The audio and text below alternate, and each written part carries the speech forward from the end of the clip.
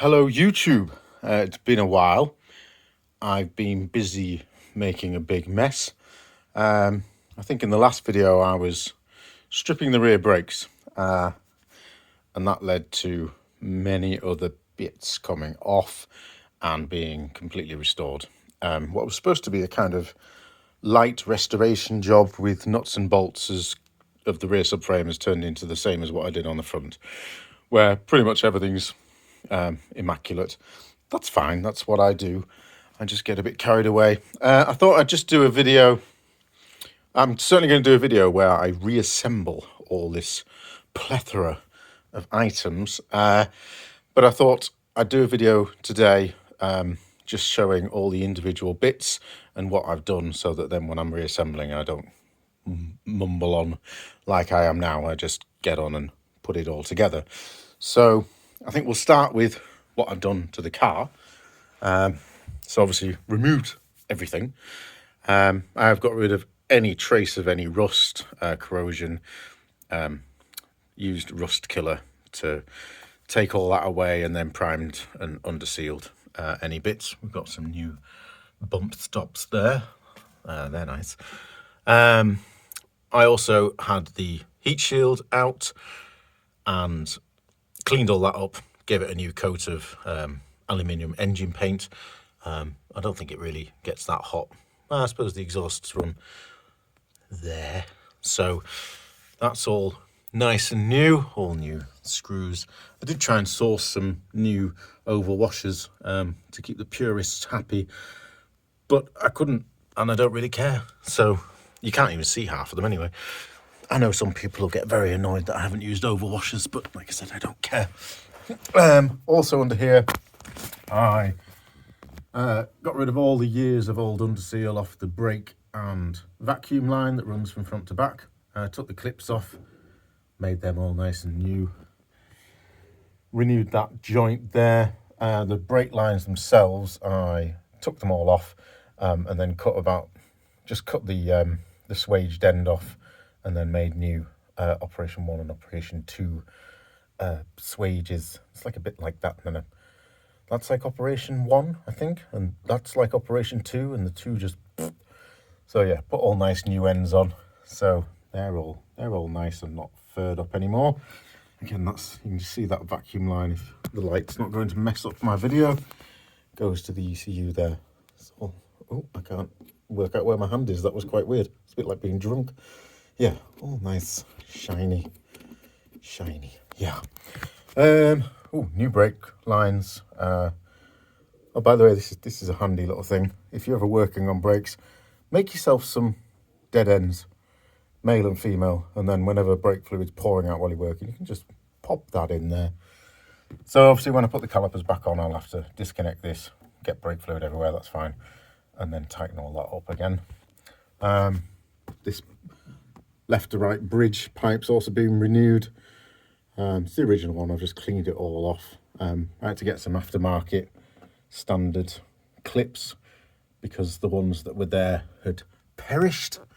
Also, while I was under here, because while the subframe's out, it seemed daft not to, I just took out the fuel lines, replaced the little retaining pins, gave them all a really good clean, and then the metal parts were sanded down, de-rusted, painted. All the clips and stuff were made just lovely, all the way to the front into the engine bays, all being renewed, and a new filter as well, because why not, while I had it all undone. This standard Jaguar piece of wood there. Will you just stop stabbing me? That's your handbrake cable, by the way. Oh, and just scoot out of here, and we'll move on to what I've done with the diff. What have I done with the diff? Well, obviously I've cleaned it. I stripped out the output shafts because I wanted to put new bearings in. Actually, no, I didn't do it because I wanted to put new bearings in. I put new bearings in because I broke the bearings taking them out. That's the truth. I took the output shafts off because I couldn't clean them properly, and that was just going to annoy me. So I dismantled them, and in dismantling them incorrectly, slightly bent the oil seals and and then made a mess of the bearings. So I had to replace 2 bearings. That's fine, they're about 30 quid. And then reassembled all that. Then I reassembled it incorrectly.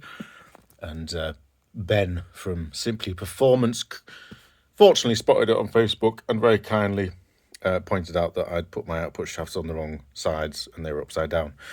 Because my Dropbox folder, where I keep all my photos of disassembly, was upside down. Well, that's what I'm going to blame anyway. It's the truth, but I know it sounds like a made-up excuse.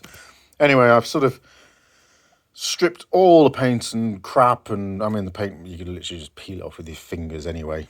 So that's been painted, cleaned, new gasket, because there wasn't a gasket in there, so it was leaking out the bottom of here anyway, because apparently the previous owner was too cheap to put a £2.65 gasket in. I don't know. These have been powder coated. Downside of powder coating is anything with a fine tolerance, which this is, for example, because this is where the wishbone sits in between the diff feet and the rear subframe, is a very fine tolerance, which we'll get to with this mass of bits. Yeah, you have to take it back to bare metal, because obviously otherwise that sort of 1/2 mil there and 1/2 mil there all added together, it makes a mil. Quick maths. But yeah, you can't fit the bit that needs to fit in. So that's a bit of a downside of powder coating, but I think pretty much the only disadvantage. All the rest of it is advantages. This is standard as well. Yeah, I just blank that off because I have a nasty habit of dropping bolts and nuts, and I don't particularly want any loose items going around like a washing machine in my diff. Now, it's got no oil in it yet either, so strictly speaking, it should have a tab on it saying no oil, but I'll remember. I hope.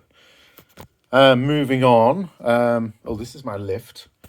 I bought this for doing the front subframe, and it worked amazingly.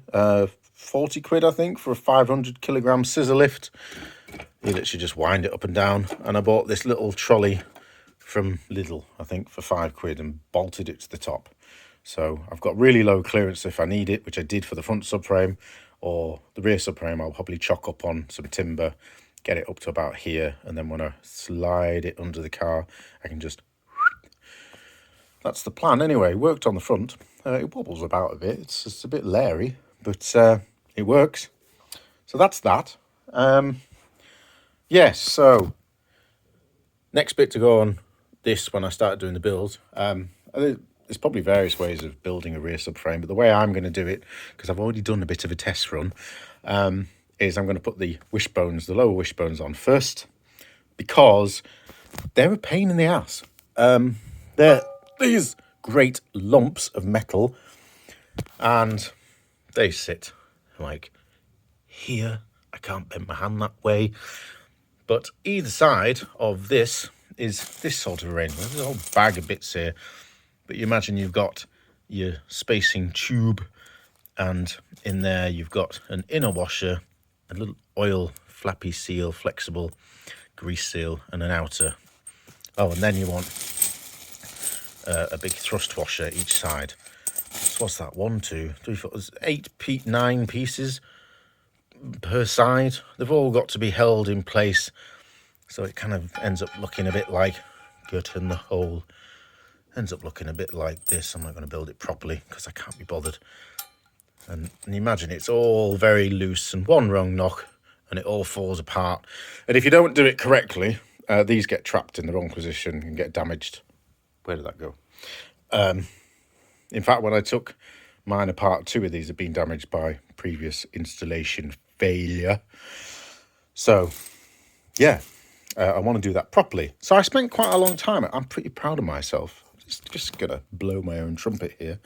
Pretty proud of myself because I sat around for a bit thinking, how the hell am I going to do this? Tried a couple of things, and there's a bit of swearing involved as all the bits fell everywhere as I tried to lift the subframe over, or tried doing it in the subframe with the subframe attached. And then I realised the only way I was probably going to do it was to have something the same thickness as this fulcrum pin that I could use as a locator. And obviously I don't want to saw up my fulcrum pin. That would be bad. But I did think I could saw up second-hand one off eBay. So I sourced an old fulcrum pin. This is actually the older style one, which is slightly shorter than the later model XJS ones, because the later models had the outboard brakes and the handbrake was all moved. So they extended the fulcrum pin to take the handbrake, which we'll get to it. Don't do that. Get to in a minute. Anyway, so I sawed that up into 4 equal lengths, and then you can kind of, well, obviously that's not right, but you get the general idea. You can build it all with spacers holding everything in and get it all set up, then lower the subframe over the diff, and then just chase it out by with a hammer, and it all stays in place. And then hopefully none of those flexible seals will get all misshapen or anything like that. Obviously it all has to be greased up, and then once it's all together, we pack it full of grease with the grease nipples. But even so, hopefully that'll make. I've done a trial run and it worked. So the reason I'm proud of myself is I figured that out. Then I went like any true man would and read the instruction manual after sitting trying it for hours, and that's pretty much what they say to do. You can get a specific Jaguar tool that is basically one of these or 4 of these, called JD41 or something, that of course no one can get their hands on anymore. But that's kind of fun that I figured that out, and that was the genuine way of doing it. I'm sure other people have got their own ways, but interested to hear how other people have done it. I'm like, you're doing it all wrong. What else we got here? Ah yes, radius arms.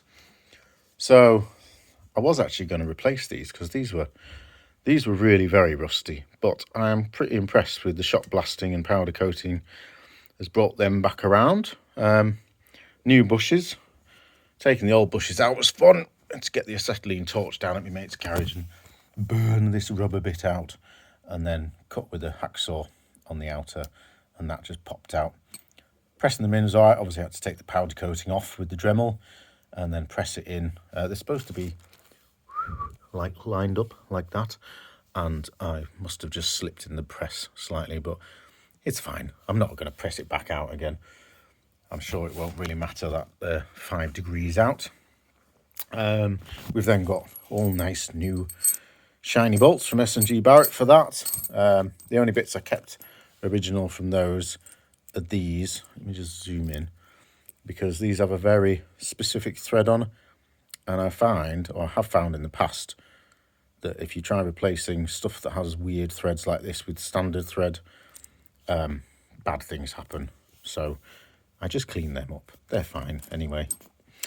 And then we've got the hubs, which have been stripped out. Well, I left the races in, but sort of stripped down. I had to put a new bearing in one of these because once I stripped all that out, I could see that it was corroded and they had no grease left in them at all. So they've been all cleaned, repacked with grease, new bearing and race in one of them. I don't know if it's that one, or it could be any of them. There's 4 anyway. Oh yes, ABS sensor. That was a nightmare to get out. That's what it should look like when it's all nice and de-burred.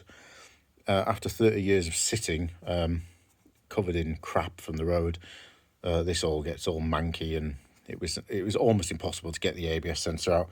Not gonna lie, I've damaged it a bit getting them out, both of them. It's just there lying under the car looking sorry for itself. So I had an emotional time getting that out. So I may have broken them. I don't know. We'll find out in a month's time, maybe 2 months, once I finally rebuilt all this and turn everything on. And if it is, then they're £250 each. And I may need 2 of them. And you might not even be able to get them.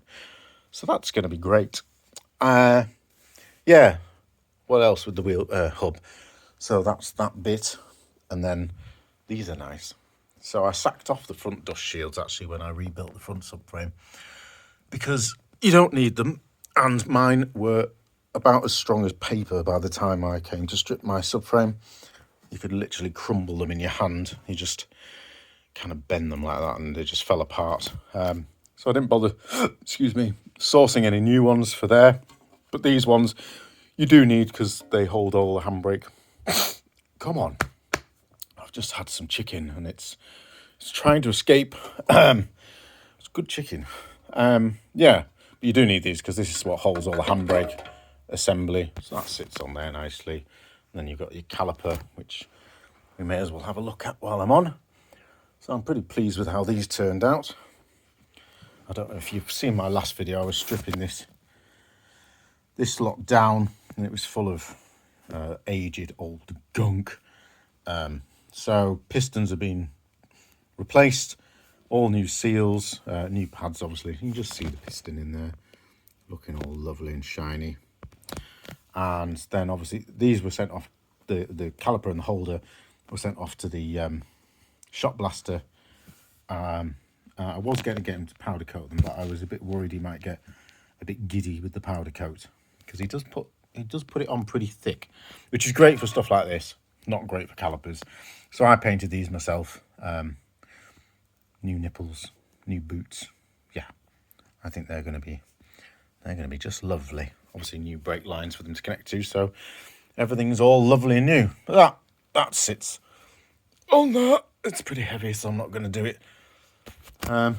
New bolts for there, and all new, not new, but all renewed handbrake fitments. So, you know, anything I can replace, what's going on with that? That's got a bit bent. That's not good. Anyway, but anything I can clean up to like new, I do, and anything I can't, I replace. The only bit with this that you have to replace is the actual bearing nut, because it has a one-time only helicoil insert that deforms as you tighten it up, and then once you take it off again, you have to replace it. It's £25, and you need 2 of them, so that's 50 quid. And then if you over tighten them and you have to start again, there's another 50 quid. It's got this little tapered washer that sits like that. Yeah, so I've got 2 new ones ready to go on, so mustn't cock that up because I don't want to have to spend another 50 quid. We shall see. Oh, there's the bag of nicely new metric, by the way. Yet more nonsense with this car being half Imperial and half metric, but those fittings there are metric. Everything else is Imperial. It's just a minefield. What else have we got? So, got new discs.